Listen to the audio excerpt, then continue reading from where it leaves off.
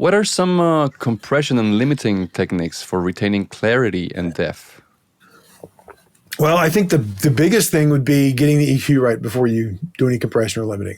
If you get the balance right, I feel like compression and limiting is a whole lot easier. I've seen a lot of guys who start, or they'll be working with compression and there's just too much bottom end, or there's too much, upper mid range, or there's whatever. And if that response is off, it's going to trigger, just like a sidechain would. It's going to trigger the compression. If you're using especially broadband compression, it's going to trigger the thing to kick in times that, in ways that you don't want it to. So if you get that really balanced out, the frequency response balanced out, get the EQ right first off, I feel like compression becomes a whole lot easier. And then, I would much rather use multiple versions or multiple types of compressors doing a little bit of work.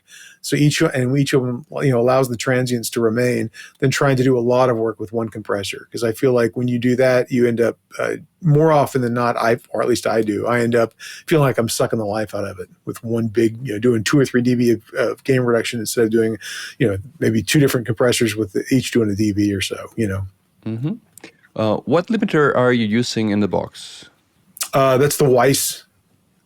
The Weiss limiter, yeah. I love that one. And I don't use the one in the DS1. I use the MML, I think it's called.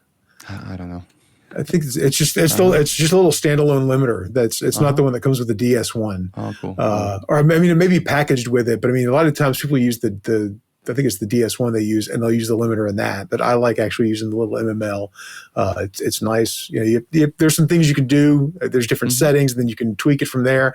And I've got a nice little preset that I came up with that seems to do a good job. It protects it, but I can get some gain out of it, but it doesn't suck the life out of it either. Cool.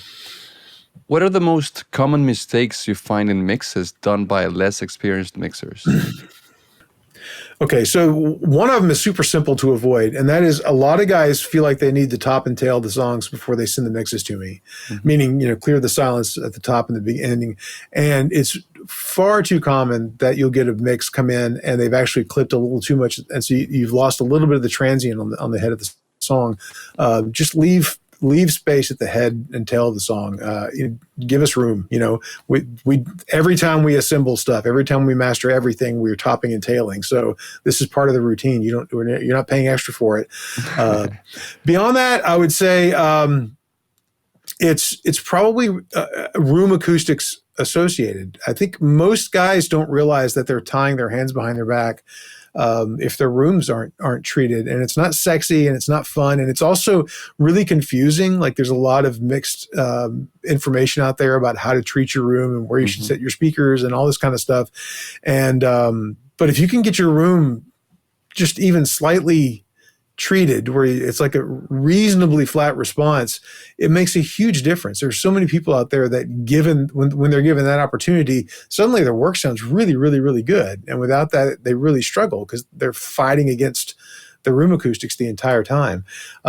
So as a tip, I would say, man, as unfun as it is, get a bunch of absorption going in the rear of the room and work on your bass trapping and make sure you've looked at all your first order reflections and just get that stuff under control. Because if your room sounds good, your mixes will sound so much better right out of the gate. It's amazing the difference it makes.